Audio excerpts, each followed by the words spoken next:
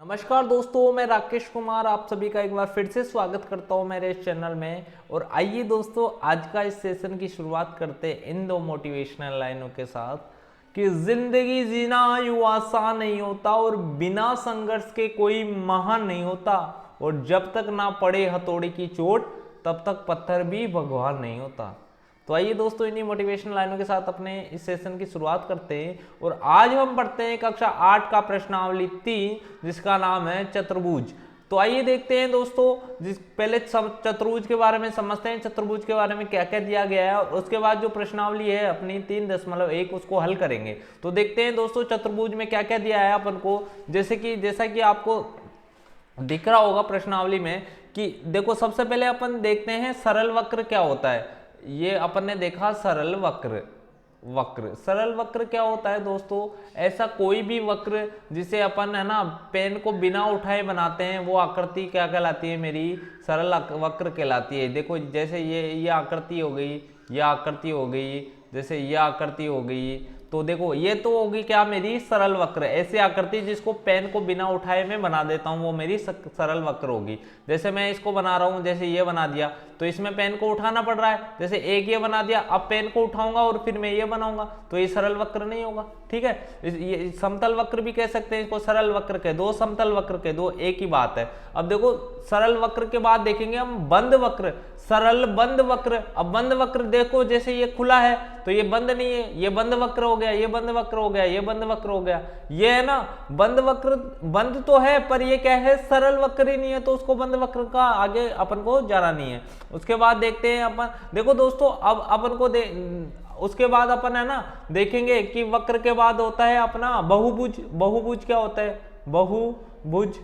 बहुभुज किसको बोलते हैं, बहुभुज बोलते हैं ऐसी आकृति जो रेखाखंडों से बनाई जाती है। रेखाखंड ये लो, जैसे रेखाएं से बनाई जाएगी, जिसमें रेखाएं रेखाखंड होंगे, उसी को क्या बोलेंगे, बहुभुज बोलेंगे। बहुभुज, ये लो जी, रेखाखंडों से बनेगी आकृति। अब ये वाली आकृति क्या है, मेरी रेखाखंडों से बनेगी, तो ये क्या है, मेरी बहुभुज है। ठीक है, अब जो रेखाखंडों से नहीं बनेगी, जैसे ये है, इसमें रेखाखंड आ ही नहीं रहे, तो ये बहुभुज नहीं हो रहे। अब बहुभुज भी दो प्रकार के होते हैं, एक उत्तल बहुभुज और एक अवतल बहुभुज। अब देखो, उत्तल और अवतल बहुभुज को कैसे डिफाइन करेंगे भाई, उत्तल बहुभुज किसको बोलेंगे और अवतल बहुभुज किसको कहेंगे। देखो उत्तल, देखो एक इसको याद रखने का, दोनों को अपन साथ साथ लिखते हैं। एक तरफ लिखते हैं उत्तल बहुभुज, एक तरफ क्या लिखते हैं, उत्तल बहुभुज, और एक तरफ लिखते हैं अवतल बहुभुज, अवतल बहुभुज। अब देखो, अवतल बहुभुज क्या होता है और उत्तल बहुभुज, ऐसी आकृति जिसका प्रत्येक कोण 90 डिग्री से कम हो तो उसे तो अवतल बहुभुज कहते हैं। सॉरी, 90 से नहीं, प्रत्येक कोण 180 डिग्री से कम हो तो उसको क्या बोलते हैं अपन, उत्तल बहुभुज कहते हैं। जैसे ये आकृति है, अब इसमें प्रत्येक कोण क्या होगा, 90 180 से कम ही होगा, क्योंकि त्रिभुज के तीनों कोणों का योग 180 होता है, तो प्रत्येक कोण क्या होगा, 180 डिग्री से कम होगा। जैसे ये आकृति है, इसमें क्या है, प्रत्येक कोण 180 डिग्री से कम होगा। जैसे मैं अगर ऐसे बना दूं, ऐसे, तो ये इस आकृति में भी क्या होगा, प्रत्येक कोण क्या होगा, 180 डिग्री से कम होगा, क्योंकि 180 डिग्री की ये सीधी लाइन होती है। अब जैसे अवतल बहुभुज क्या होता है, अवतल बहुभुज ऐसी आकृति जिसमें एक कोण क्या होगा, मेरा एक कोण यहाँ होगा 180 डिग्री से अधिक, तो उसी को क्या बोलूंगा मैं, अवतल बहुभुज। अब देखो, इसमें ये क्या है, ये कोण 180 डिग्री से कम, ये वाला कोण भी 180 से कम, ये वाला कोण 180 डिग्री से कम, ये वाला कोण 180 डिग्री से कम, पर ये वाला जो कोण है ना वो 180 डिग्री से ही कम है, क्योंकि देखो ये सीधी लाइन का ही बन जाएगा 180, तो 180 डिग्री से कम नहीं, 180 डिग्री से ज्यादा है, क्योंकि सीधी लाइन पे 180 डिग्री बन जाएगा, पर मेरे को लेना है यहाँ से यहाँ तक, तो 180 डिग्री से ज्यादा हो गया, तो ऐसे बहुभुज को तो अवतल बहुभुज कहते हैं। और उत्तल बहुभुज, अब देखो इसमें थोड़ा कंफ्यूजन होता है, उत्तल 180 डिग्री से ज्यादा होता है या अवतल 180 डिग्री से ज्यादा होता है, तो इसको याद रखने के लिए अपन ऐसे याद रख सकते हैं भाई, उत्तल में रखते हैं 3 अक्षर है, और अवतल में कितने हैं, 4 अक्षर। बोलो 3 बड़ा है या 4 बड़ा, तो 4 बड़ा है, तो इसका कोण भी क्या होगा, बड़ा, यानी 180 डिग्री से अधिक वाले जो बहुभुज होंगे उसको अवतल बहुभुज कहेंगे। अब देखो, जिसमें 4 भुज होंगे वो चतुर्भुज होगा, 4 भुजाएं होगी वो चतुर्भुज हो जाएगा। ये लो, जिसमें ये 3 भुजाएं, वो 3 भुजाओं की आकृति को त्रिभुज कहते हैं, 4 भुजाओं की आकृति को चतुर्भुज कहते हैं। 5 भुजाओं, ये लो, ये मेरी 5 भुजाएं बना दी मैंने ऐसे करके, तो 5 भुजाओं की आकृति को 1 2 3 4 और 5 भुजाओं की आकृति को पंचभुज कहते हैं। 6 भुजाएं बना दी मैंने, 1 2 3, ये 4 5, ये लो 1 2 3 4 5 और 6 भुजाएं तो षटभुज कह देंगे। सप्तभुज, अष्टभुज, नवभुज, ऐसे जितने भी भुजाएं होंगी उसी के आधार पर उसका नामकरण हो जाएगा। तो देखो दोस्तों, अब अपन देखते हैं प्रश्नावली 3.1 और प्रश्नावली 3.1 के जो प्रश्न दे रखे हैं उनको हल करते हैं। और उसको हल करने से पहले मैं इसको मिटा लेता हूं।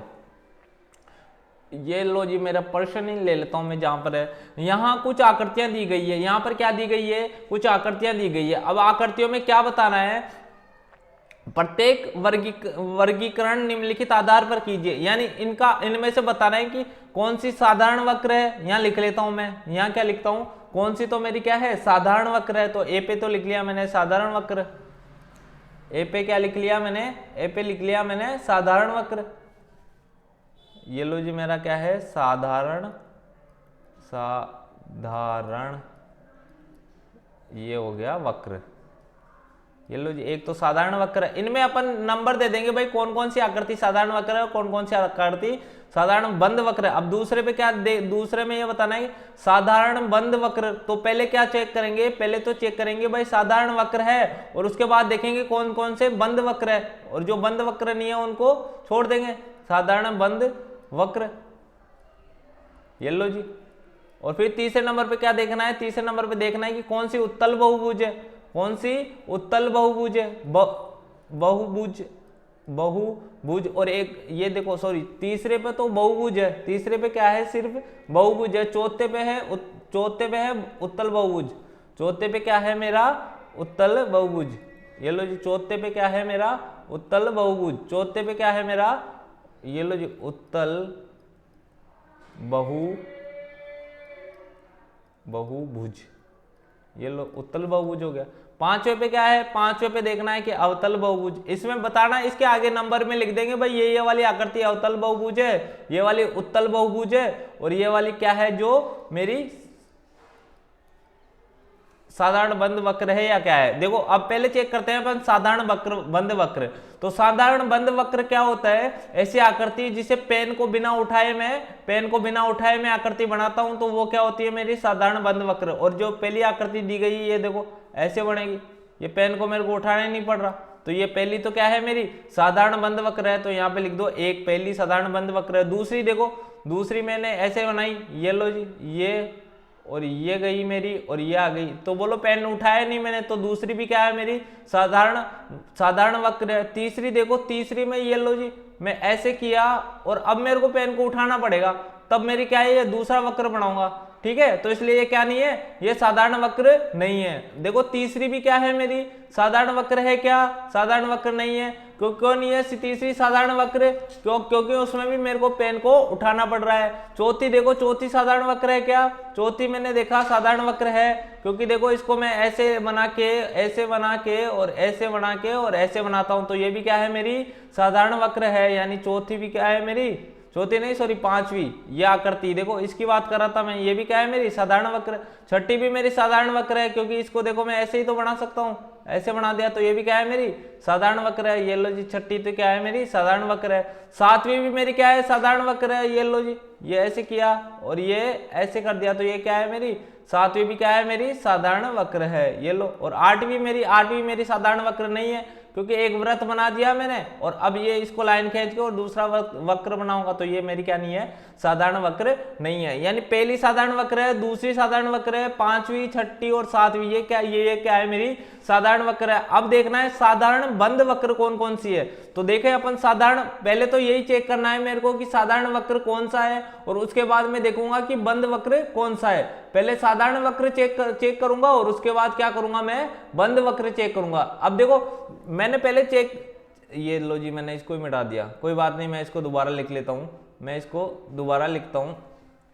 ये लो वक्र, ये साधारण वक्र था और इसमें मेरी आकृति कौन कौन सी आ गई थी, एक आ गई थी, दो आ गई थी, तीन और चार नहीं थी मेरी, पांच आ गई थी, छह आ गई थी और मेरी सात, ये मेरी क्या थी, साधारण वक्र थी। अब इनमें ये चेक करो, यही साधारण वक्र चेक करना है पहले तो, और फिर क्या चेक करना है, बंद वक्र चेक करना है। तो इन बाकी जो इनके अलावा जो आकृतियां ना, उनको तो अभी देखना ही नहीं है, क्योंकि वो तो साधारण वक्र ही नहीं है, तो साधारण बंद वक्र कहां से होगी। तो सबसे पहले तो इनको देखो, पहली साधारण वक्र भी और बंद वक्र भी, ये लो, क्योंकि ये देख लो हर तरफ से बंद है, ये कहीं से भी खुली हुई नहीं है, ये देखो ये ऐसे है, ये ऐसे, ये ऐसे, ऐसे और ऐसे, यानी इसमें कहीं से भी खुली हुई नहीं है, बंद है आकृति, इसलिए साधारण बंद वक्र है। दूसरी भी साधारण बंद वक्र है क्योंकि दूसरी भी कहीं से खुली हुई नहीं है।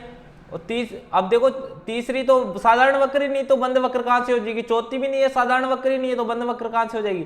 ठीक है, पांचवी देखो, पांचवी में क्या है, पांचवी भी बंद वक्र है। पांचवी देखो ये ऐसे है, पांचवी मेरी ऐसे है, तो ये क्या है, साधारण बंद वक्र है। और छठी देखो, छठी भी मेरी साधारण बंद वक्र है। सातवीं भी मेरी क्या है, साधारण बंद वक्र है। तो इस प्रकार जो पहली दूसरी पांचवी छठी और सातवीं क्या है, ये साधारण वक्र भी है और साधारण बंद वक्र भी है। अब इसके बाद देखो बहुभुज। बहुभुज क्या होता है दोस्तों, ऐसी आकृति जो रेखाखंडों से बनती है उसी को क्या बोलता हूं मैं, बहुभुज बोलता हूं। तो इसके लिए देखो मैं आपको एक रेखाखंड लेता हूं, आपको रेखाखंड से समझाता हूं, उससे थोड़ा ज्यादा समझ में आएगा। देखो ये ले लिया मैंने, पहले मैं इसको मिटा लेता हूं। मैं क्या करता हूं, इसको मिटा लेता हूं। अब मैं इसको रेखाखंड की सहायता से समझाता हूं कि रेखाखंड, ये लो जी, मैंने इसमें क्या ले लिया, रेखाखंड ले लिया।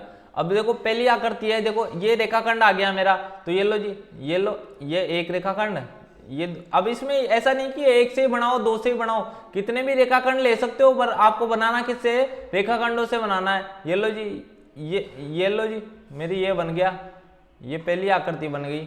और ये देखो पहली आकृति बन गई, तो ये क्या हो गई, मेरी रेखाखंड हो गई। ये क्या हो गई, मेरी बहुभुज हो गया। पहली आकृति किससे बनी है, बहुभुज से, तो ये पहली तो मेरी बहुभुज है। दूसरी आकृति देखो, देखो दूसरी आकृति मेरी ये है, ऐसे बन जाएगी, दूसरी मेरी ऐसे बन जाएगी, दूसरी आकृति मेरी ऐसे बन गई, ये लो जी।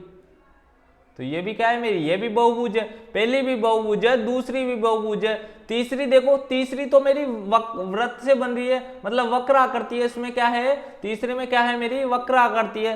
रेखाखंड से तो कभी बन ही नहीं सकती, ये तो गोल बन रही है, तो ये रेखाखंड नहीं है, तो ये क्या है, मेरी बहुभुज नहीं है। अब देखो चौथी, देखो चौथी भी क्या है, मेरी रेखाखंड से बन रही है, तो ये भी क्या है, मेरा बहुभुज हो जाएगा। चौथा भी क्या हो जाएगा, मेरा बहुभुज हो जाएगा। देखो ये ऐसे बनेगा, ये एक, ये मैंने ये त्रिभुज सा बन गया, और इसको मैंने इधर मिलाया, और इसको मैंने फिर इसको इधर मिला दिया। ये देखो रेखाखंड से बना रहा हूं आपके सामने, इसमें है ना कोई वक्र वाली आकृति नहीं आ रही। ये लो, ये आकृति बन गई, तो ये मेरा क्या है, ये मेरा बहुभुज है। ये भी क्या है, मेरा बहुभुज है। अब देखो ये भी, ये पहला तो मेरा क्या था, ये मेरा बहुभुज है, और ये भी मेरा बहुभुज है। ये मेरा बहुभुज नहीं है, चौथा मेरा बहुभुज है। इसमें वक्र वाली बन रही है, इसमें रेखाखंड से बनेगा ही नहीं। और ये देखो जो भी वक्र वाली आकृति बनेगी वो रेखाखंड से नहीं बनेगी, तो ये बहुभुज नहीं है, ये भी बहुभुज नहीं है, ये भी बहुभुज नहीं है, और ये भी बहुभुज नहीं है। बहुभुज क्यों नहीं है, जिसमें गोल वृत्त के आकार की आकृति बन रही है वो मेरा बहुभुज नहीं होगा, क्योंकि देखो ये मैं रेखाखंड ले रहा हूं। ये देखो, अब इससे आप बनाने की कितना भी ट्राई कर लेना, पर इससे क्या नहीं बनेगा, इससे वृत्त ही नहीं बनेगा। ये लो, मैंने रेखाखंड लिया, ये रेखाखंड है, अब इसको कितना भी घुमा लूं मैं, क्या नहीं बनेगा, इसको मैं कितना भी घुमा लूं, ये लो, ये ऐसे ही रहेगा, रेखाखंड है, तो ये इससे कभी वृत्त नहीं बनेगा। जैसे पांचवी आकृति नहीं बनेगी, छठी नहीं बनेगी, सातवीं नहीं बनेगी। इस प्रकार अपन ने देख लिया कौन सा तो बहुभुज है और कौन सा बहुभुज नहीं है। देखो इसमें पता पड़ गया अपन को, क्या पता पड़ गया भाई, पहला तो बहुभुज है, पहला तो क्या है, बहुभुज है, और दूसरा भी बहुभुज है। तीसरा मेरा बहुभुज नहीं है, पर चौथा मेरा क्या है, बहुभुज है।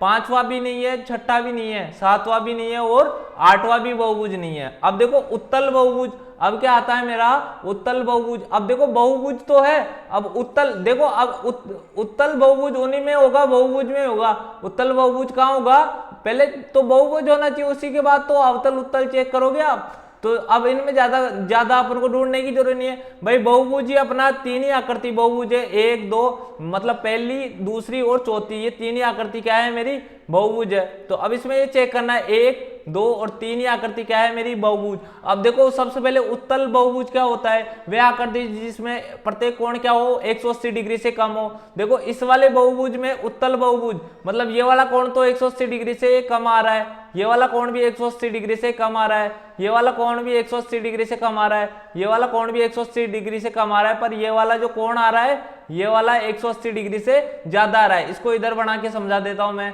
ये मैंने अभी बताया भी था आपको उदाहरण से। ये देखो मतलब ये वाला कोण तो 90 से कम, वो 180 से कम, ये भी 180 से कम, ये भी 180 से कम, ये भी 180 से कम, पर ये वाला जो कोण है 180 डिग्री से ज्यादा आ रहा है, क्योंकि 180 डिग्री की तो ये सीधी रेखा ही हो जाएगी और सीधी रेखा से भी बाहर जा रहा है, मतलब ये 180 की तो यही हो जाएगी, पर ये ऐसे बन रहा है, ये ऊपर भी जा रहा है ये वाला, तो 180 डिग्री हो गया, तो ये क्या हो जाएगा, ये उत्तल नहीं है। अब कौन कौन सा चेक करना है, एक दूसरा चेक करना है और एक चौथा चेक करना है। दूसरे में देखो, दूसरा चेक करना है भाई, बहुभुज ही चेक करूंगा मैं, अवतल उत्तल तो बाद में चेक करूंगा, पहले तो बहुभुज चेक कर लिया कौन कौन से, और उसके बाद चेक करूंगा उत्तल कौन सा और अवतल कौन सा है। तो देखो इसमें प्रत्येक कोण भाई 180 डिग्री तो कब होगा, जब सीधी लाइन होगी, तो ये 180 से कम है, ये भी 180 से कम है, ये भी 180 से कम है और ये भी 180 से कम है, यानी ये वाला बहुभुज क्या है मेरा, उत्तल बहुभुज, यानी दूसरा बहुभुज क्या है मेरा, उत्तल बहुभुज है। और देखो चौथा बहुभुज, देखो चौथा बहुभुज जो था मेरा, ये लो, ये मेरा ऐसा कुछ बनेगा, तो ये प्रत्येक कोण क्या होगा मेरा, 180 से कम होगा, प्रत्येक कोण क्या होगा, 180 से कम होगा, तो वही क्या होगा मेरा, उत्तल बहुभुज हो जाएगा, यानी जो चौथा है मेरा वो भी क्या होगा, उत्तल बहुभुज हो जाएगा। और जो पहला है जो मेरा ये वाला, इसमें एक कोण 180 डिग्री से ज्यादा आ रहा है, अधिक आ रहा है, तो ये क्या हो गया मेरा, अवतल बहुभुज। ठीक है, अब देखते हैं अपन प्रश्न नंबर 2, प्रश्न नंबर 2 को देखते हैं, प्रश्न नंबर 2 क्या कह रहा है, प्रश्न नंबर 2, ये लो, निम्नलिखित में प्रत्येक कितने विकर्ण है, यानी विकर्णों की संख्या ज्ञात करनी है दोस्तों। एक उत्तल चतुर्भुज, यानी चतुर्भुज भी है, चतुर्भुज क्या होगा, जिसमें 4 भुजाएं होगी और वो उत्तल होगा, जैसे मैं ये बना दिया, ये प्रत्येक कोण इसमें क्या होगा, 180 डिग्री से कम होगा। ये लो जी 4 भुजाएं हैं इसमें और प्रत्येक कोण 180 डिग्री से कम है। ये लो जी ये वाला कोण, ये वाला कोण, ये वाला कोण और ये वाला कोण, तो मैंने इसको नाम दे दिया ए बी सी और क्या नाम दे दिया मैंने, डी नाम दे दिया। तो ये क्या है मेरा, एक चतुर्भुज तो है और प्रत्येक कोण 180 डिग्री से कम है, तो ये कौन सा चतुर्भुज हो गया, उत्तल चतुर्भुज हो गया। अब देखो इसमें कितने विकर्ण होंगे, विकर्णों की संख्या ज्ञात करनी है दोस्तों। तो विकर्ण कैसे निकालते हैं दोस्तों, एक कोई बिंदु है मेरा, उससे 2 पास वाले बिंदु मिले हुए रहेंगे, एक ये देखो जैसे ए बिंदु है, इससे कौन कौन से बिंदु मिला हुआ है, बी भी मिला हुआ है और सी भी, वो सॉरी डी भी मिला हुआ है, बी भी मिला हुआ है और बी भी मिला हुआ और डी भी मिला हुआ है, एक भुजा के द्वारा जुड़े हुए हैं ना, तो इससे कौन नहीं जुड़ा हुआ, सी नहीं जुड़ा हुआ, तो अपन सी से मिला दें तो ये क्या बन जाएगा मेरा, ये विकर्ण बन जाएगा, यानी ए सी एक विकर्ण हो गया, ए सी क्या हो गया, एक विकर्ण हो गया। अब देखो ये बी बिंदु आ गया, बी से सी भी मिला हुआ है और ए भी मिला हुआ है, क्या नहीं मिला हुआ, डी नहीं मिला हुआ, तो ये डी को मिला दिया, तो ये क्या हो गया, दूसरा विकर्ण बन गया, यानी बी डी बन गया। अब देखो अब सी है ना, डी से मिला हुआ है और ए सी द्वारा, विकर्ण द्वारा ए से मिला हुआ है, बी से मिला हुआ है, डी भी सबसे मिला हुआ है, डी सी से मिला हुआ है, डी से ए से मिला हुआ है और डी बी भुजा या विकर्ण द्वारा बी से मिला हुआ है। तो इस प्रकार इसमें कितने विकर्ण हो गए, इसमें विकर्ण हो गए दोस्तों, इसमें विकर्णों की संख्या कितनी होगी मेरी, विकर्ण हो गए इसमें 2 हो गए। और क्या कौन कौन से, एक तो मेरा ए सी हो गया और एक मेरा क्या हो गया, बी डी हो गया। विकर्ण क्या होता है, जब सामने वाले शीर्षों को मिलाते हैं तो उससे जो रेखा बनती है उसी को विकर्ण कहते हैं। ठीक है, देखो जैसे ए के सामने जो विपरीत शीर्ष है, ए के सामने विपरीत सी है, ऐसे नहीं ऐसे डी तो भुजा से पहले ही मिला हुआ है, ठीक है, वो विकर्ण नहीं है। विपरीत जो जिससे जुड़ा हुआ नहीं है उससे जोड़ते हैं तो उसी को क्या बोलते हैं, विकर्ण बोलते हैं। अब देखो प्रश्न, अब इसी में देखो एक समषटभुज, एक समषटभुज लेना है। देखो समषटभुज क्या होता है, पहले तो वो देखो, पहले तो देखो समषटभुज होता क्या है और उसके बाद देखेंगे अपन, समषटभुज के बाद देखेंगे उसमें विकर्णों की संख्या। देखो दोस्तों अब विकर्णों की संख्या अपन करें, विकर्णों की संख्या, ये देखो समषटभुज यानी 6 भुजाएं होगी, उसमें कितनी भुजाएं होगी, 6 भुजाएं होगी और सम का मतलब सभी समान होगी। ये लो जी सभी क्या होगी, समान होगी। ये लो ये भुजा 1 2 3 4 5 और 6 और ये सभी भुजाएं क्या है मेरी, समान है। इनको नाम दे दिया मैं ए बी सी डी और ई और क्या नाम दूंगा, एफ, यानी ये 6 भुजाएं हैं और 6 को मैंने नाम दे दिया। अब क्या करना है दोस्तों, अब बताना है कि ये कौन कौन सी, मतलब इसमें कौन कितने विकर्ण होंगे। अब देखो ए भुजा ए से बी भी मिला हुआ है और एफ भी मिला हुआ है, पर ए से क्या नहीं मिला हुआ, ए से ई नहीं मिला हुआ मेरा, ए से ई नहीं मिला हुआ, यानी ए से ई को मिला दिया तो एक विकर्ण हो गया। यानी यहाँ लिखता जाता हूं मैं विकर्ण, एक ए ई एक विकर्ण हो गया। ए से डी को मिला दिया तो ये मेरा क्या हो गया, ये ए डी एक विकर्ण हो गया, ए डी एक विकर्ण हो गया। और ए से मैं सी को मिला दूं तो ये भी क्या होगा मेरा, सी से मिला दिया तो ये भी क्या हो गया मेरा, ए सी एक विकर्ण हो गया। ठीक है, इस प्रकार आप देखते हैं अपन बी बिंदु पर आए। अब बी बिंदु से क्या क्या मिला हुआ है, बी बिंदु से क्या क्या मिला हुआ है, बी से सी भी मिला हुआ है और डी भी मिला हुआ है, पर बी से एफ नहीं मिला हुआ तो एक ये हो गया, बी से एफ को मिला दिया तो ये एक विकर्ण हो गया। और बी से अपन डी को मिला देंगे तो क्या होगा, ये दूसरा विकर्ण हो गया, बी डी विकर्ण हो गया।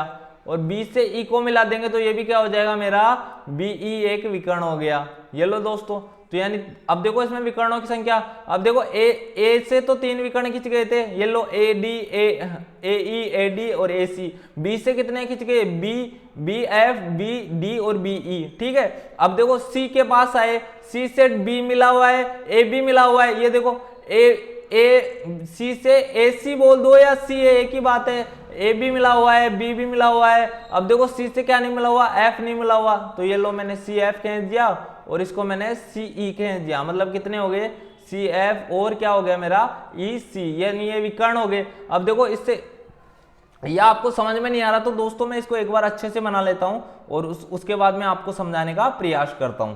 देखो मैं इसको एक बार मिटा लेता हूं और इसको आपको मैं अच्छे से समझा रहा हूं आपको। इसको थोड़ा बड़ा बना लेता हूं, इसको मैं बड़ा बना लेता हूं और रेखाखंड की सहायता से हम इसको आराम से बना लेंगे। रेखाखंड की सहायता से इसको आराम से बना लेंगे। ये देखो, ये लो जी, ये रेखाखंड की सहायता से मैं बना रहा हूं दोस्तों। और ये सब की आकृति क्या है, सब क्या है आपस में, सब आपस में बराबर है। सब आपस में कैसे है, सब आपस में क्या है, बराबर है।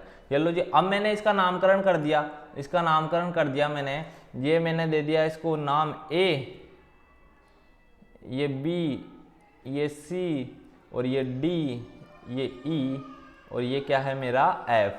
अब मैं इसको है ना विकर्ण, भाई जो भुजाओं से मिला हुआ है उसको तो मैं बोल दूंगा भाई, जिस भुजा से पहले मिला हुआ है वो तो मिला हुआ ही है, और जिस भुजा से नहीं मिला हुआ ना, जिस बिंदु से मिला हुआ नहीं है उसको एक भुजा की सहायता से मिला दूंगा, वही मेरा विकर्ण होगा। अब देखो ए बिंदु है, बी से मिला हुआ है और एफ से मिला हुआ है, पर सी से नहीं मिला हुआ तो एक विकर्ण क्या हो गया मेरा, ए सी हो गया। एक विकर्ण क्या हो गया, ए सी हो गया। और एक विकर्ण मेरा ए ई से भी नहीं मिला तो ई से मिला दूंगा तो एक विकर्ण क्या हो गया, ए ई हो गया। ये देखो ए ई हो गया, ए सी हो गया। और एक डी से भी नहीं मिला हुआ तो एक को डी से मिला दिया तो मेरा एक विकर्ण क्या हो गया, ए डी हो गया। ठीक है, अब देखो दोस्तों बी की तरफ चलते हैं। बी ए से भी मिला हुआ है, सी से भी मिला हुआ है, पर बी एफ से नहीं मिला हुआ तो ये लो जी मेरा एक विकर्ण क्या हो गया, बी से एफ को मिला है तो बी एफ हो गया। और बी को मैंने डी से मिला दिया, ये लो जी ये मैं इसको यहां से मिलाता हूं, बी को मैंने डी से मिला दिया तो मेरा क्या हो गया, ये बी डी एक विकर्ण हो गया। अब बी ई से भी नहीं मिला हुआ तो ये भी एक विकर्ण होगा, बी को मैंने ई से मिलाया तो ये भी क्या हो गया मेरा एक विकर्ण हो गया। तो ये लो जी, ये बी ई एक विकर्ण हो गया। अब देखो, अब ये एक ए और बी वाला देख लिया। अब सी पे आओ, सी पे देखो, सी बी से भी मिला हुआ है, ए से भी मिला हुआ है और एफ से नहीं मिला हुआ तो ये लो सी को मैं किससे मिला दूं, एफ से मिला दिया मैंने। ये लो जी, सी को एफ से मिला दिया। और ये ई भी नहीं मिला हुआ, डी तो देखो बी तो मिला हुआ है, ए भी मिला हुआ है, बी भी मिला हुआ है, डी भी मिला हुआ है, एफ को मिलाया तो विकर्ण आ गया। अब देखो सी को इससे मिलाया ई से तो एक विकर्ण ये हो गया, यानी सी ई भी एक क्या हो गया, विकर्ण हो गया। अब आप आ जाओ डी पे, भाई डी को देखो, डी ए से भी मिला हुआ है, ए डी विकर्ण ये पहले लिख चुके। डी बी से भी मिला हुआ है, डी बी विकर्ण या बी डी विकर्ण लिख चुके। डी सी से मिला हुआ है और डी ई से मिला हुआ है, पर डी को किससे मिला देंगे, एफ से मिला देंगे। एफ से नहीं मिला हुआ तो डी को एफ से मिला दिया तो ये मेरा क्या हो जाएगा, एक डी एफ विकर्ण हो जाएगा। एक विकर्ण क्या हो जाएगा मेरा, ये लो जी मैं इसको यहां लिख लेता हूं डी एफ। ठीक है, अब देखो, अब इसके बाद ई के पास आए, ई देखो, ई डी से तो और एफ से तो वैसे ही मिला हुआ है, ई ए से मिला हुआ है, ए ई जो अपन पहले लिख चुके, ये लो। और ई है ना, ई सी से भी मिला हुआ है, ई सी अपन ने लिख लिया ये रहा। और ई बी से भी मिला है, बी ई अपन ने लिख लिया। ठीक है, बी ई ये लो अपन ने लिख लिया। तो ये सबसे मिला हुआ है। एफ पे देखो, अब एफ ए से तो मिला हुआ ही है और ई से मिला हुआ है। एफ डी पहले लिख चुके हैं अपन, एफ डी ये लो, या डी एफ बोल दो या एफ डी, एक ही बात है। एफ सी से भी मिला हुआ है, सी एफ लिख दिया या एफ सी लिख दिया।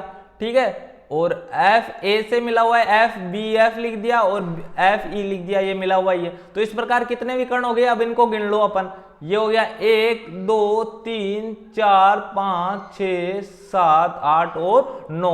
तो इस प्रकार देखो पहले में तो कितना हुआ था, पहले वाले में तो कितने दो हो रहे थे, पहले वाले में कितने विकर्ण हो रहे थे, 2 हो रहे थे, दूसरे वाले में कितने विकर्ण हो गए, 9 विकर्ण हो गए, ठीक है, एक समषटभुज में। और तीसरा वाला जो है इसमें कितने विकर्ण हो गए, एक त्रिभुज है मेरा, तीसरा क्या है मेरा, एक त्रिभुज। अब देखो त्रिभुज में कितने विकर्ण होंगे, त्रिभुज में कितने विकर्ण हो गए, त्रिभुज में एक भी विकर्ण नहीं होगा भाई, ए बी और सी। अब देखो इसमें कितने, देखो ए है ना दोनों से मिला हुआ है, बी से ही मिला हुआ है, सी से ही मिला हुआ है, और बी दोनों से मिला हुआ है, ए से ही मिला हुआ है, सी से ही मिला हुआ है, सी दोनों से मिला हुआ है, बी से भी नहीं मिला हुआ है, ए से मिला हुआ है। तो इसमें विकर्णों की संख्या कितनी हो गई मेरी, 0 विकर्ण होंगे। इसमें कितने विकर्ण हो जाएंगे मेरे, इसमें 0 विकर्ण होंगे। तो देखो दोस्तों अब अपन इसको ऐसे भी तो कर सकते हैं, ठीक है भाई, क्या क्या करेंगे अपन, अब देखो प्रश्न नंबर 3 देखते हैं, अब इसको मिटा देते हैं एक बार और प्रश्न नंबर 3 को हल कर सकते हैं अपन।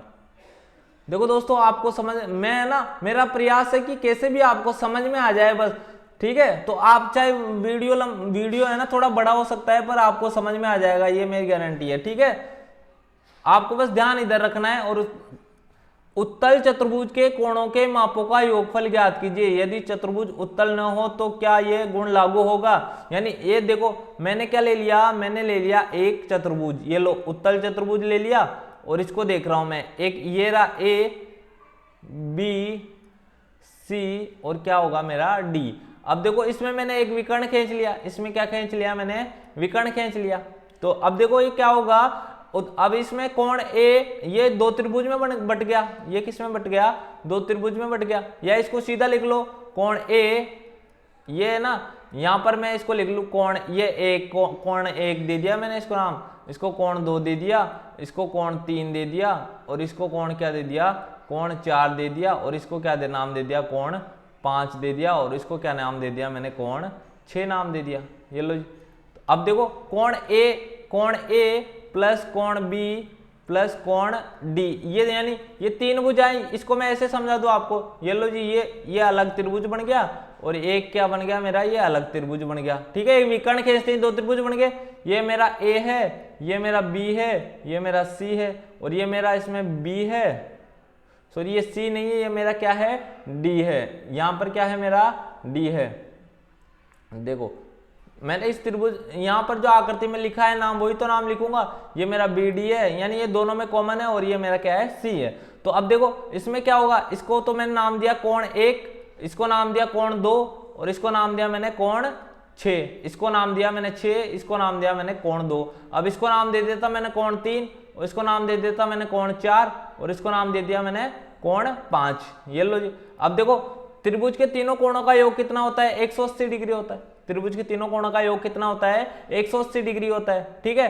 अब मैं ये त्रिभुज तो मैंने लिया था त्रिभुज ए बी डी में, ठीक है। अब मैं त्रिभुज ले रहा हूं बी सी डी में, इसमें क्या होगा मेरा, कोण बी प्लस कोण सी प्लस कोण क्या होगा मेरा, डी, बराबर भी कितना होगा मेरा, 180। और इन दोनों त्रिभुजों से मिलकर ही मेरा क्या बना है, एक मेरा चतुर्भुज बना है, और वो चतुर्भुज मेरा क्या है, उत्तल चतुर्भुज है। इन दोनों को मिलाया मैं, देखो अब यहां में ना कोण ए, मतलब कोण ए का मान 1 प्लस कोण बी का मान कितना है, कोण बी का मान 2, और कोण डी का मान कितना है मेरा 6, बराबर क्या है मेरा 180 डिग्री। ऐसे इसमें मैंने दूसरे वाले त्रिभुज में कोण 3 प्लस कोण 4 प्लस कोण 5 बराबर कितना है मेरा 180 डिग्री। अब देखो दोस्तों अब क्या करना है, अब इन दोनों अब भाई एक चतुर्भुज का निर्माण कब हुआ है, इन दोनों त्रिभुजों को मिलाकर ही किसका निर्माण हुआ है, एक चतुर्भुज का निर्माण हुआ है। तो देखो अब दोनों त्रिभुजों को मिला देंगे तो क्या होगा मेरा,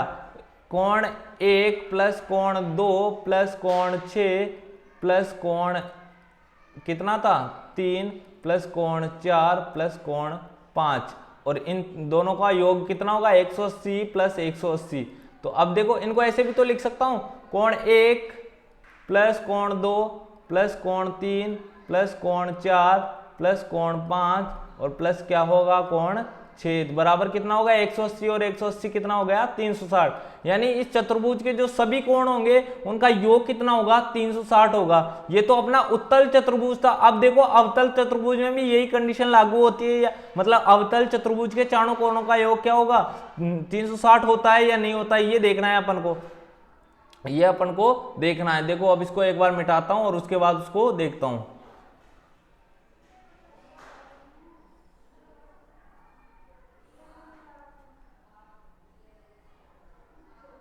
ये लो जी, अब मैं ले रहा हूं अवतल चतुर्भुज। कौन सा चतुर्भुज ले रहा हूं? अवतल चतुर्भुज। ये देखो दोस्तों अवतल चतुर्भुज क्या होगा, अवतल चतुर्भुज में क्या होगा भाई, एक कोण क्या होगा 180 डिग्री से ज्यादा होगा। ये लो जी मैंने ले लिया इसको, ये ऐसे, यानी ये दो भुजा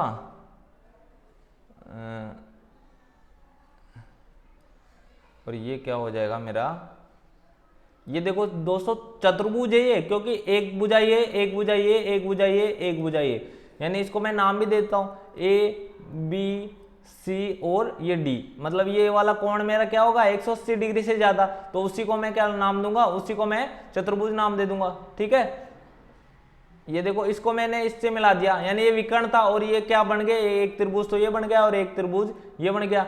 तो देखो मैं त्रिभुज ले रहा हूं, त्रिभुज बी सी डी में, तो इनमें क्या होगा, ये त्रिभुज का कोण बी प्लस कोण सी और प्लस कोण डी बराबर कितना होगा 180 डिग्री होगा।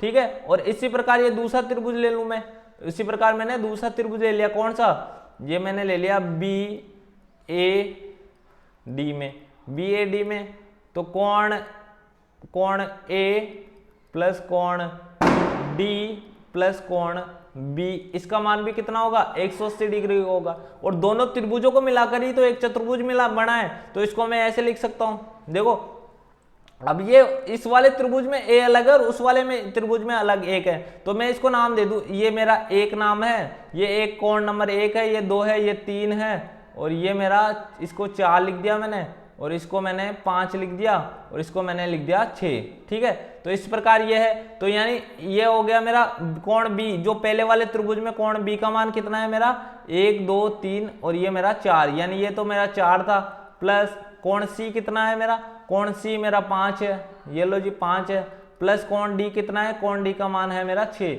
यानी ये कोण, इसको नाम दे दिया मैंने, और इसको नाम दे दिया मैंने कोण ए को कोण 1, प्लस कोण डी को नाम दे दिया मैंने कोण 2, और कोण बी को नाम दे दिया मैंने कोण 3। अब इन दोनों को जोड़ देंगे तो ये पूरा एक चतुर्भुज बन जाएगा, यानी ये होगा त्रिभुज बी सी डी प्लस त्रिभुज बी ए डी। मतलब इन दोनों का योग करेंगे तो क्या होगा मेरा, कोण 4 प्लस कोण 3 प्लस कोण 6, और इसको नीचे वालों को जोड़ दूं, प्लस कोण 1 प्लस कोण 2 प्लस कोण 3 बराबर क्या होगा 180 प्लस 180 हो जाएगा, 180 हो जाएगा। यानी ये क्या हो जाएगा, इसको मैं लिख सकता हूं कोण 1 प्लस कोण 2, मतलब जोड़ में तो आगे पीछे लिख सकते हैं ना, 4 कोण प्लस कोण 5 और प्लस कोण 6, और ये क्या हो जाएगा 180 और 180 कितना हो गया 360। यानी दोस्तों चाहे उत्तल चतुर्भुज हो चाहे अवतल चतुर्भुज हो, चारों कोणों का योग तो कितना होगा मेरा 360 ही होगा, चाहे उत्तल ले लो चाहे अवतल ले लो। तो इस प्रकार अपन ने इसको सोल्व कर लिया। अब देखते हैं आगे के प्रश्न। प्रश्न नंबर 4 क्या कह रहा है दोस्तों, तालिका में प्रत्येक आकृति को त्रिभुज कोणों का योगफल ज्ञात कीजिए। जैसे ये दिया हुआ है, मेरे को क्या दिया हुआ है, ये एक त्रिभुज दिया हुआ है, त्रिभुज दिया हुआ है और बोल रहा है इसमें कितनी भुजाएं हैं, इसमें 3 भुजाएं, और उसके तीनों कोणों का योग कितना है 180 डिग्री हो गया। और जैसे ये 4 भुजाएं, इसमें 4 भुजाएं और कितना है कोणों का योग कितना है 2 गुणा 180, 2 गुणा 180 हो गया, मतलब 4 भुजाएं। ये देखो ये त्रिभुज में तीनों कोणों का 180 डिग्री होता है, चतुर्भुज में कितना होता है 360 होता है। अब देखो पंचभुज में कितना होता है, पंचभुज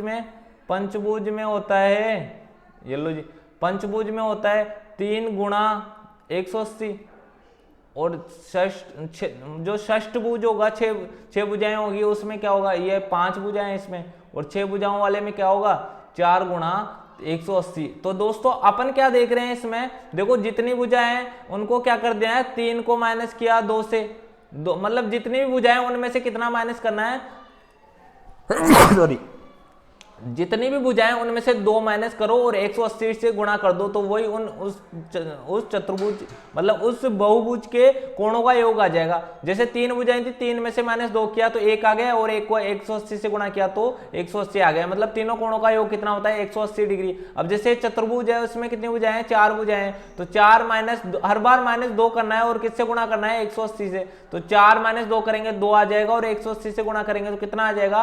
360 आ जाएगा। मतलब चतुर्भुज के चारों कोणों का योग कितना होता है? 360 डिग्री। अब देखो पंचभुज आ गया, 5 में से क्या घटाना है? 2 घटाना है, और गुणा किससे करना है? 180 से करना है। यानी 5 में से 2 घटाए तो 3 आ गया, और 3 को 180 से गुणा किया तो कितना आया? 18 दूनी 36, 18 54, यानी 540 आ गया। मतलब हर बार कितना घटाना है? 2 घटाना है। ठीक है, अब ये मेरा एक सूत्र ही बन गया। ये क्या बन गया? ये मेरा एक सूत्र बन गया। जैसे षष्ठभुज है, 6 भुजाएं, उसमें से कितना घटाना है? 6 भुजाओं में से मैं 2 घटाना है। ये लो, ये 2 घटाया, और किससे गुणा करना है? 180 से गुणा करना है। तो ये मेरा क्या होगा? 6 में से 2 घटाया तो 4 आ गया, और 4 को 180 से गुणा किया तो कितना आ गया मेरा? 18 दूनी 36, 18 चौक 72, मतलब 720। मतलब जो षष्ठभुज होता है उसकी 6 भुजाओं का योग कितना होता है? 720 होता है। अगर मेरे को 7 देखो, जैसे नीचे दिया गया है, एक बहुभुज के कोणों के योग के बारे में आप क्या कहेंगे? जिसकी भुजाओं की संख्या निम्नलिखित है। यानी मैं इस पहला एक प्रश्न कर रहा हूं जिसकी भुजाएं कितनी है? भुजाएं यानी n का मान, भुजाएं हैं मेरी, भुजाएं मेरी कितनी है? भुजाएं हैं मेरी 7। तो मैं क्या करता हूं? 7 में से 2 घटाना है, और किससे गुणा करना है? 180 से गुणा करना है। ये लो जी, तो 7 में से 2 घटाए तो 5 आ गया, 5 को 180 से गुणा किया तो 18 पंजे 90, यानी 900 आ गया। यानी 900 आ गया। मतलब इसके 7 भुजाओं का जो 7 भुजाओं से गिरी हुई बंद आकृति है, बहुभुज है, उसका जो कोणों का योग होगा वो 900 होगा। इसी प्रकार 8 भुजाएं, ये देखो बी में मेरे को कितनी भुजाएं दी गई है? 8 भुजाएं दी गई है। 8 भुजाएं यानी 8 में से कितना घटाना है? 2 घटाना है। तो कितना आएगा? 180 से गुणा करना है। 8 में से 2 घटाए तो 6 आ गया, और इसको किससे गुणा करना है? 180 से। अब 18 पंजे 90, 18 छिकी 108 होता है। 18 पंजे 90, 18 छिकी 108, मतलब 1080 आता है। इसके 8 भुजाओं के जो योग होगा ना, 8 भुजाओं से घिरी हुई बंद आकृति का। तो अब देखो सी है, सी में कितनी है? 10 भुजाएं, यानी 10 में से क्या घटाना है? 10 में से 2 घटाना है, यानी कितना आएगा?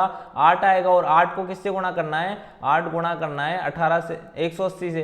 तो सबसे पहले क्या करो? इसको 8 20 64, 6 8 1 8 और 6 कितना हो गया? 8 1 8 और 6 14 हो गया, यानी ये हो गया 1440।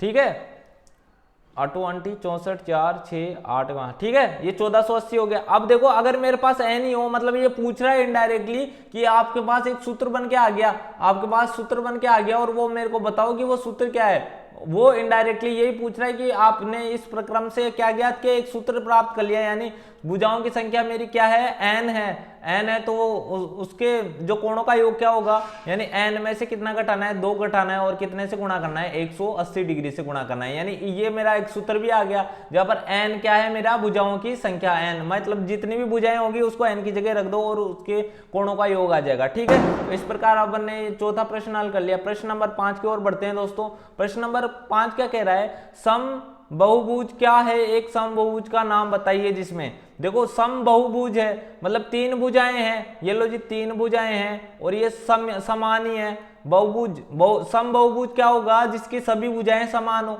जिसकी सभी भुजाएं समान हो उसको क्या बोलेंगे? सम बहुभुज बोलेंगे। और ये बोला है 3 भुजाएं समान है, तो ये 3 भुजाएं वाली समान है, तो ये त्रिभुज है, और इस समबाहु त्रिभुज बोलते हैं। इसको क्या बोलते हैं? समबाहु त्रिभुज। भाई ये त्रिभुज तो क्यों बोलेंगे? जिसकी 3 भुजाएं, इसको तो त्रिभुज बोलेंगे, और सभी भुजाएं बराबर है, इसलिए समबाहु कह देंगे। ठीक है, अब देखो 4 भुजाएं समान है, ये लो जी चारों भुजाएं समान है, तो इसको क्या बोल देंगे? चारों भुजाएं समान है, तो इसको मैं इसको बोल दूं सम चतुर्भुज भी कह सकता हूं, सम चतुर्भुज भी कह दूं या वर्ग कह दूं, दोनों एक ही बात है भाई। चारों 4 भुजाएं होती है। देखो दोस्तों, इसमें रटना नहीं है भाई।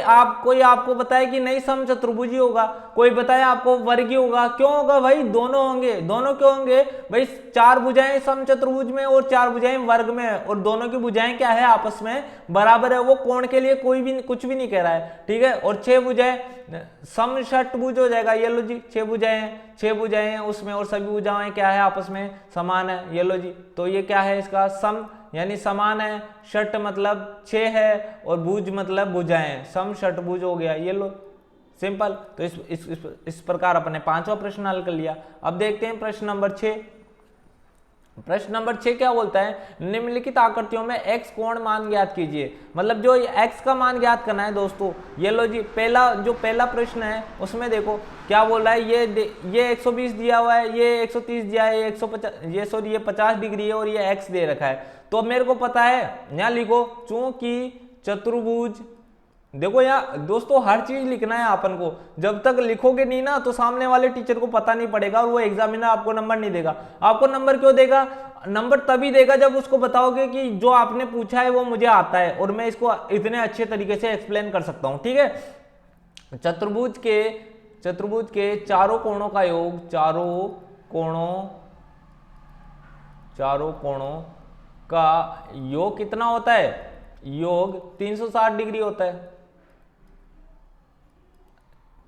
चतुर्भुज के चारों कोणों का योग 360 डिग्री होता है और ये अपन ने पहले प्रूव करके देख लिया। ठीक है, अब क्या देखना है, चतुर्भुज के चारों कोणों का योग 360 डिग्री है तो चारों को जोड़ दो, यानी एक तो है मेरा 50 डिग्री प्लस एक है मेरा 130 डिग्री प्लस एक है मेरा 120 डिग्री प्लस एक है मेरा x डिग्री, यानी x का ही मान ज्ञात करना है और बराबर चारों का योग कितना होता है मेरा 360 डिग्री होता है। अब इनको तीनों को आपस में जोड़ दो, देखो इकाइकांक 0 0 0 यानी सबको 0 जोड़ा तो 0 आ गया। अब दायिकांक 2 है, इसमें 2 और 3 5 हो गया और 5 और 5 कितना हो गया 10 हो गया, यानी 0 हासिल का 1 आ गया।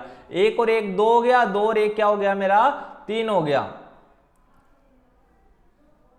ये लो जी, यानी ये कितना हो गया मेरा, ये 300 हो गया, 300 प्लस x डिग्री और बराबर कितना है 360 डिग्री। अब मेरे को क्या है x का मान चाहिए, यानी ये चर है मेरा और ये अचर है, तो अचर को एक तरफ ले जाओ। अब देखो दोस्तों इसके लिए अपन क्या करते हैं, जो ये बराबर का निशान है ना, इसके दूसरी तरफ जब किसी भी संख्या को ले जाते हैं तो उसका चिन्ह चेंज हो जाता है। मतलब प्लस है तो वो उधर जाते ही माइनस की हो जाएगी और माइनस है तो उधर जाते ही प्लस की हो जाएगी। यानी अगर मैं इस वाली जो ये 360 को इधर लाऊं ना, मैं इस 360 को इधर लाऊं तो ये प्लस है, इधर आते ही माइनस का हो जाएगा। ठीक है, अब मैं इसको ऐसे लिख देता हूं x बराबर 360, ये प्लस का है उधर और उधर ये प्लस का जाते ही क्या हो जाएगा माइनस का हो जाएगा, यानी 300 हो जाएगा। 360 में से 300 गया तो कितना बचा दोस्तों, ये मेरा 60 बच गया, यानी ये कितना हो गया 60 डिग्री हो गया।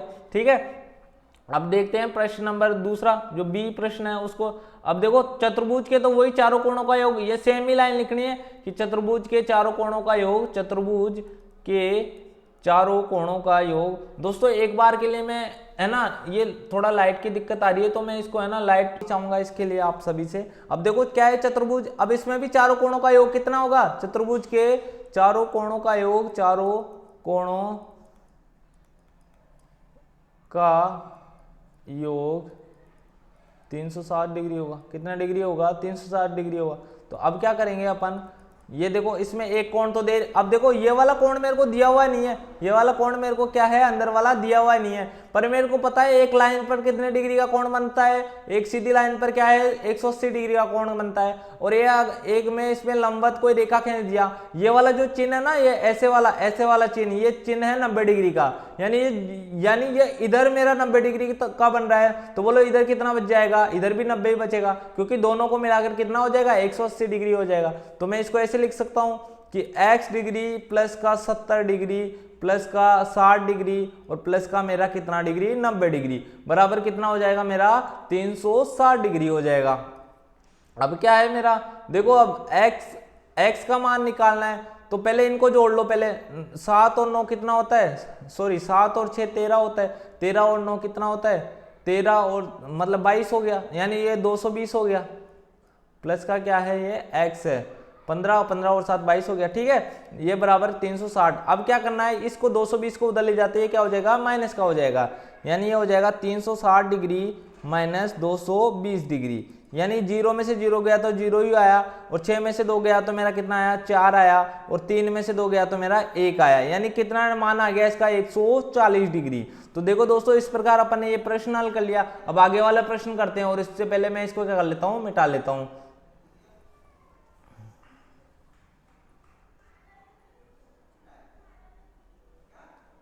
अब देखो दोस्तों अपन प्रश्न नंबर जो इसका सी प्रश्न दिया है, प्रश्न नंबर सी।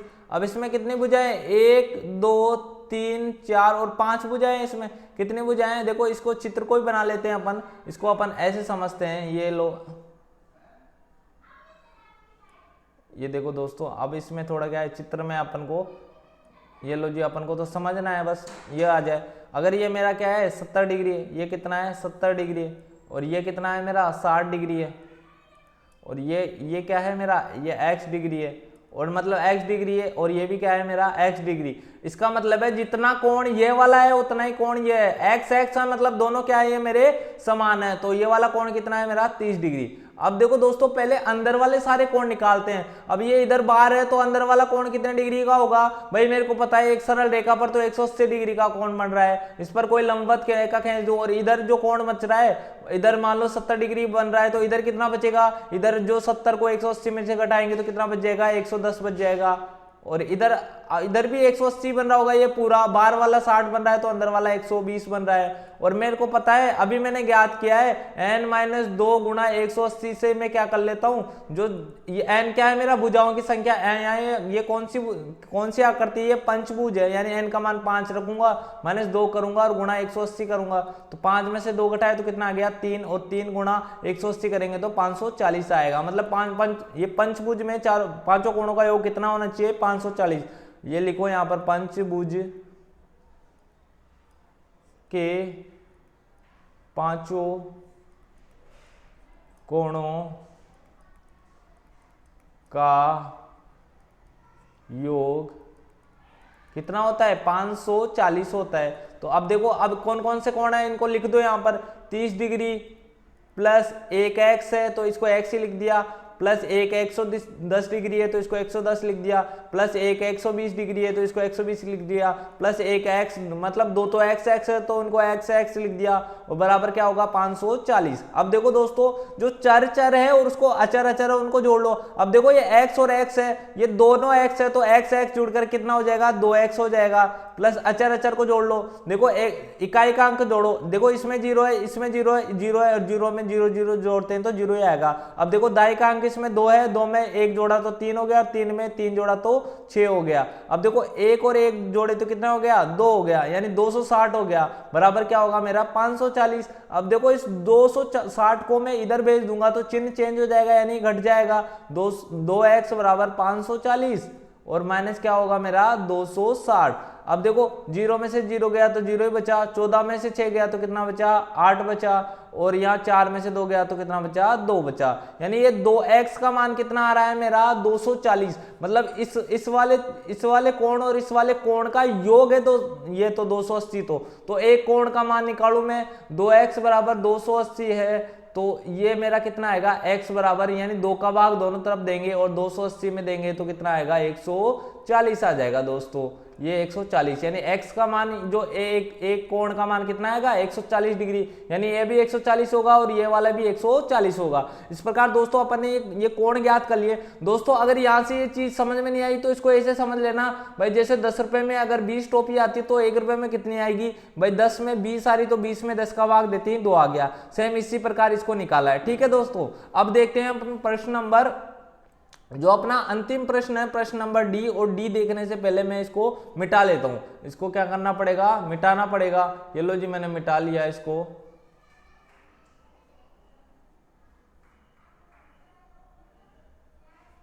ये लो जी दोस्तों।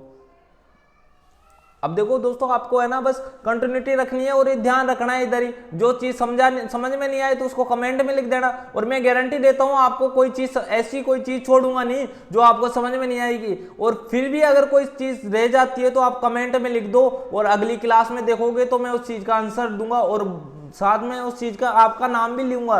जो कमेंट में लिखेगा भाई मेरे को ये चीज समझ में नहीं आई, उसके साथ अगले वीडियो में आपका नाम लूंगा, भाई इस व्यक्ति को ये चीज समझ में नहीं आई थी और उसके लिए मैंने ये चीज ऐसे समझाई थी। ठीक है, तो प्रश्न नंबर ये देखो डी देखते हैं अपन। प्रश्न नंबर डी क्या है, अब देखो ये कौन सी आकृति है, इसमें कितनी भुजाएं, 1 2 3 4 5, इसमें कितनी भुजाएं हैं, 5 भुजाएं। ये लो जी 1 2, इसको मैं बना लेता हूं दोस्तों, 3 4, और ये कितनी है मेरी 5 भुजाएं। और देखो इसमें कोण ये x दिया गया है, ये भी x दिया गया है, ये भी x दिया गया है, ये भी क्या दिया गया है, x दिया गया है, और ये भी क्या है मेरा x है। तो दोस्तों x देने का मतलब क्या है कि सभी कोण क्या है मेरे, सभी कोण बराबर है। सभी कोण कैसे हैं, सभी कोण बराबर है। तो ये देखो पंचभुज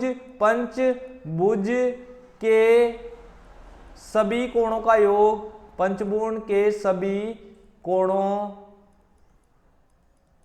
कोणों का योग कितना होता है, अभी अभी देखा है अपन ने 540। और ऐसे याद नहीं रहे तो 100n-2 गुणा 180 वाले सूत्र से याद निकाल लेना, आप कितना भी निकाल सकते हो उससे। तो ये सूत्र तो याद ही रखना है, ये सूत्र डायरेक्ट कंपटीशन एग्जामों में भी पूछा जाता है भाई, इससे भाई कितनी भुजाएं हो तो कोण कैसे ज्ञात करेंगे, ठीक है।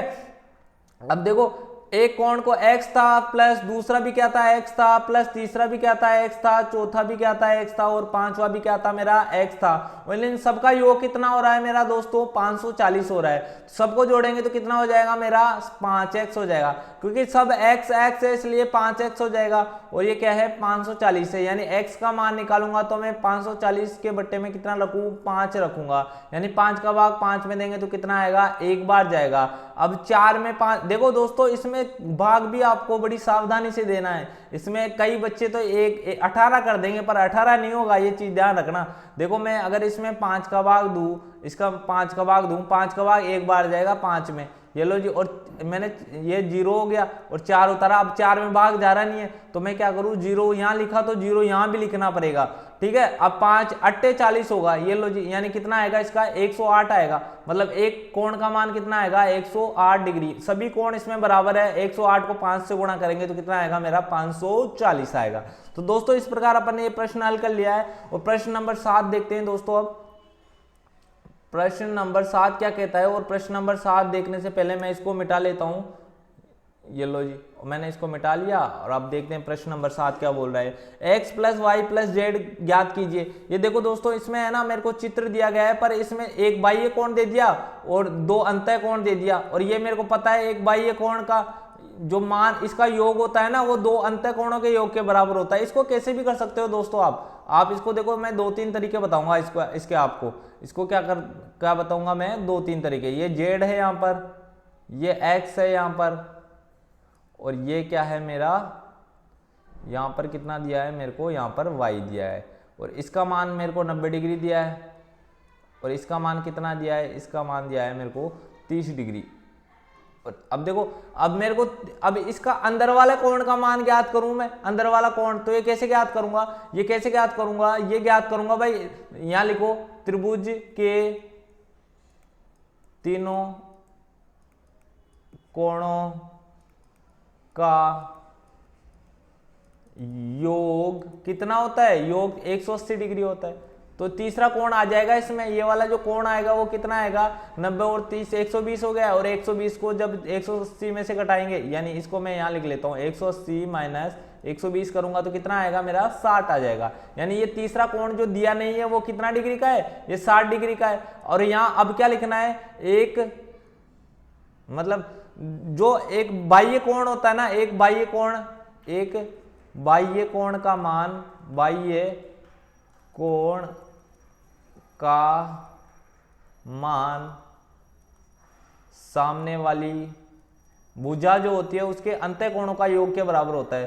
सामने वाली भुजा के अंतः कोणों के, सामने वाली भुजा के अंतः कोणों के योग के बराबर होता है, के अंतः कोणों के योग के बराबर होता है, अंतः कोणों के योग के बराबर होता है। ये लो जी, योग के बराबर होता है, बराबर होता है। तो ये क्या होगा, अब देखो अगर मैं ये जेड है, अब जेड के सामने की भुजा ये वाली है, और इसके 2 अंतः कोण, एक तो ये वाला कोण है और एक ये वाला कोण है। तो ये मैं जेड बराबर क्या लिखूं, जेड बराबर क्या होगा, कोण जेड बराबर क्या होगा मेरा, ये 90 प्लस 30 हो जाएगा, 90 प्लस कितना हो जाएगा 60 है, सॉरी 90 प्लस 60 हो गया। ये लो जी, ये कितना हो गया मेरा 150 हो गया। ये वाला कितना हो गया मेरा 150, यानी कोण z का मान कितना आ गया मेरा 150 आ गया।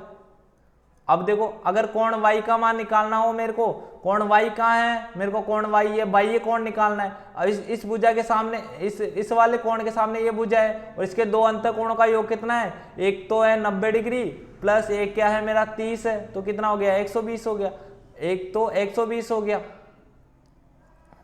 तो ये कितना हो गया मेरा कोण y 120 हो गया। और कोण x का मान निकालना है, ये सब बाह्य कोण दे रखे हैं तो सामने वाली भुजा के अंतः कोण के योग के बराबर हो जाएंगे बाह्य कोण।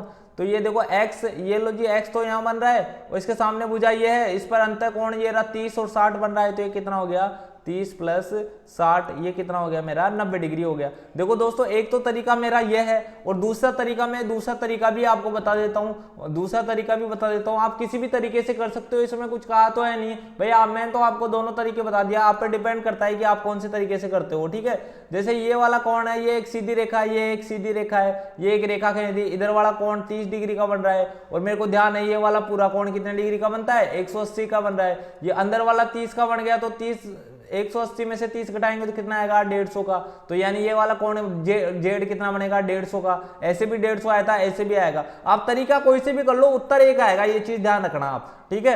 अब देखो जैसे अब ये x का मान ज्ञात करना है तो अंदर वाला 90 का बन रहा है तो बाहर वाला कितना बनेगा। देखो ये ऐसे, ये मैंने एक रेखा खींच दी, ये वाला x कोण है ये 90 डिग्री का बन रहा है मेरा, सॉरी ये अंदर वाला कितना है 90 डिग्री का बन रहा है और बाहर वाला ज्ञात करना है। तो बोलो ये एक सीधी रेखा है और सीधी रेखा पे दोनों कोणों का योग कितना बनेगा 180, बाहर वाला 90 है तो 180 में से 90 घटाएंगे तो कितना बचेगा 180 में से 90 घटाए तो मेरा 90 बच जाएगा। तो इसलिए मेरा क्या हो गया x का मान 90 आ गया। अब देखो y है, मतलब ये y वाला ये है, ये ऐसे अगर ये वाला पूरा कोण तो मेरा कितना बनता है 180 का बनता, पर यहाँ से यहाँ तक वाला कितना बन रहा है 60 डिग्री बन रहा है। तो अंदर इसको मैं 180 में से घटाऊं तो कितना बचेगा 60 को घटाए 180 में तो मेरा कितना आएगा 120, यानी ये कितना आएगा मेरा 120। ये लो जी 120 आ रहा है, ठीक है। तो दोस्तों आप किसी भी प्रकार से कर सकते हो, आप पे डिपेंड करता है आपको कौन सा तरीका अच्छा लगता है और इसमें कोई बाउंडेशन नहीं है। कोई टीचर ये बताए कि आपको इससे ही करना है तो आपको नहीं सुनना है, आप इसमें कोई तरीका लिखा हुआ नहीं है,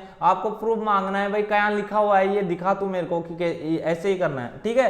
तो देखो आप प्रश्न नंबर बी है, जो इसका 7वें का प्रश्न नंबर बी है उसको देखते हैं और ये अपना अंतिम प्रश्न है। ये क्या है मेरा अंतिम प्रश्न है इस प्रश्नावली का, प्रश्न नंबर बी को देखते हैं अपन। ये क्या है देखो दोस्तों, ये आकृति बना लेता हूं मैं एक बार। ये लो जी आकृति ऐसी कुछ है, ये ऐसा और ये वाली भुजा ऐसी और ये वाली भुजा मेरी ऐसी।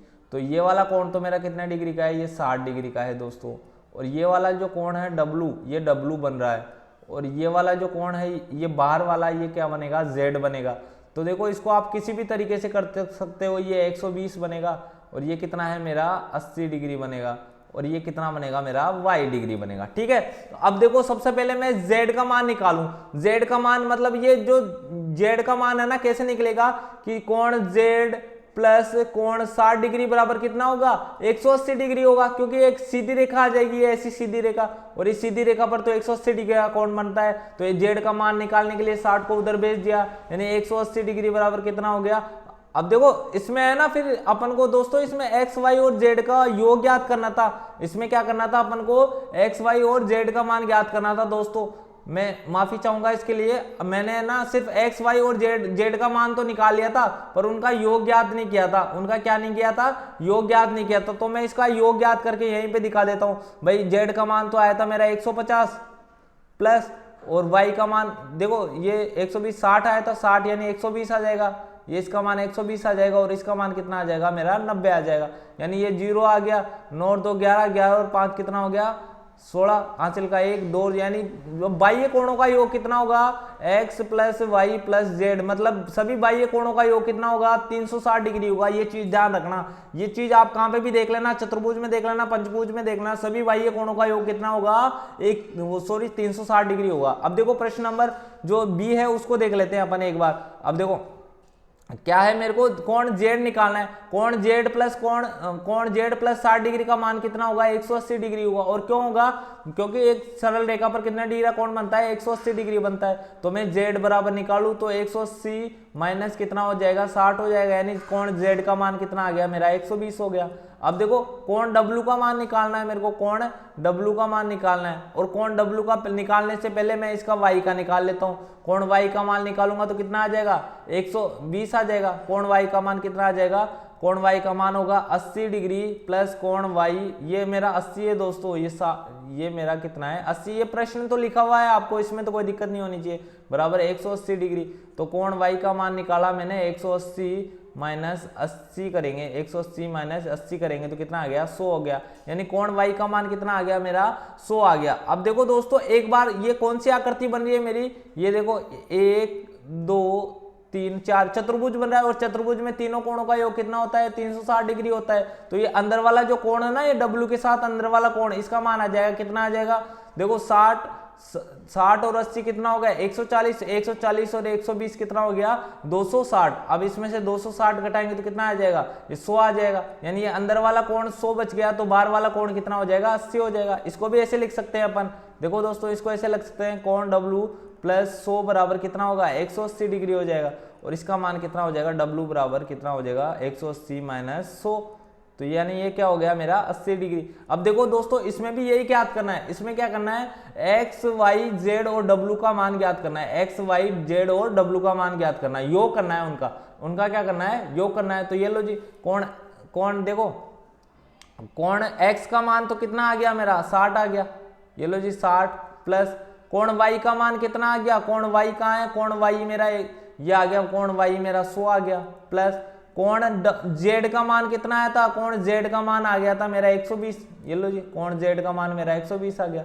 और कोण w का मान कितना आया मेरा, कोण w का मान आया मेरा 80, कोण w का मान कितना आया मेरा 80। तो इन सबको जोड़ लो, क्या आ रहा है, इकाई का अंक 0 है तो 0 हो गया, 8 और 2 10 हो गया, 10 और 6 16 हो गया, 16 का 6 हासिल का 1 और 1 2 और 1 कितना हो गया 3 हो गया। तो देख लो दोस्तों इसमें चार कोण हो रहे हैं भाई, ये तो चारों कोणों का योग भी 360 हो रहा है। उसमें त्रिभुज था, इसमें भी तीनों कोणों बाह्य कोणों का योग 360 ही रहेगा, चाहे चतुर्भुज हो चाहे त्रिभुज हो चाहे पंचभुज हो, कोई सा भी भुज हो उसमें बाह्य कोणों का योग तो 360 डिग्री होगा। दोस्तों मैं आप सभी से विदा लेना चाहता हूं और मैं आप सभी से एक बात कहना चाहता हूं दोस्तों, अगर आपको ये वीडियो अच्छा लग रहा है तो आप अपने दोस्तों के साथ शेयर कीजिए और ज्यादा से ज्यादा लोगों को जोड़िए, जिससे कि मैं ज्यादा एनर्जी के साथ पढ़ा पाऊं। ठीक है, धन्यवाद दोस्तों।